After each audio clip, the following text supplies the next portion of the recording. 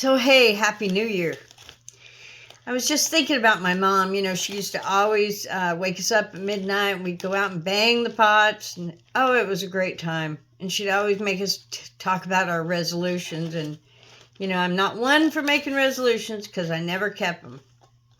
But a friend today challenged me to 30 days of self-improvement on YouTube.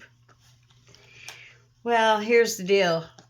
If I don't improve in 30 days, I'm over it because I don't edit. I don't know how to do a thumbnail. I don't stay focused. And the truth of the matter is I'm a mosaic, self-taught artist. I draw and I grow totem pole cactus with my little companion, wherever she is. Doodle. Zippy doo. Anyway, we're just here, and I don't know what to talk about, and that keeps giving me polyprocrastination syndrome. So what do I focus on? So I'm just going to talk about life, basically. I'm 63, and in 2016, I was diagnosed with stage 4 terminal cancer, and I thought, well, I guess that's it.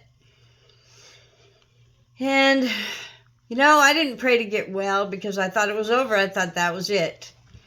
And, that was the day my life changed for the better. And I have been on a journey ever since to get better, become the human that I wanted to leave this planet as, not the one I'd been showing up as for the past 25 years, because that wasn't someone that I was real proud of at all times. And I knew I was better than that. I knew I had better.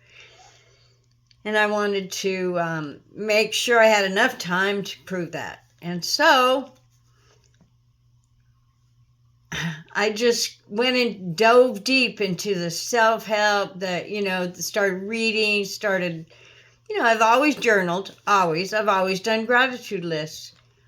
But when suddenly you think you're leaving this planet, things get a whole lot clearer on what's important, what's not. And I knew that I was not someone my family was very proud of. And all I cared about was that I could maybe make a better difference before I left. Well, I have lots of steps to go in many areas, but I've made progress too. And I know I've made progress. They don't because, they don't. But when I read James Clear's book, Atomic Habits, it changed my life. Because baby steps, leaps and bounds in my home, in other areas too, in some areas not so much.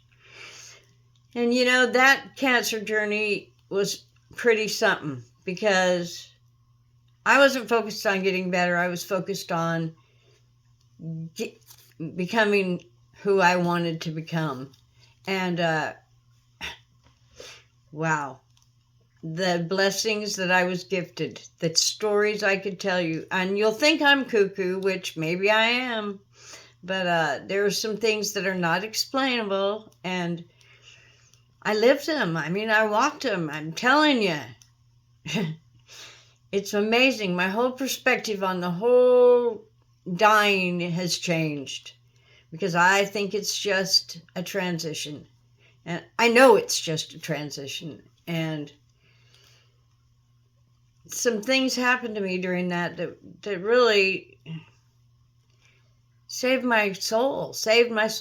And so I have a lot to talk about. And I don't know how to niche down and how to do thumbnails and edit, and I need some accountability. So I'm going to post once a week. I'm going to do a video a day so that I can learn, because that's the goal.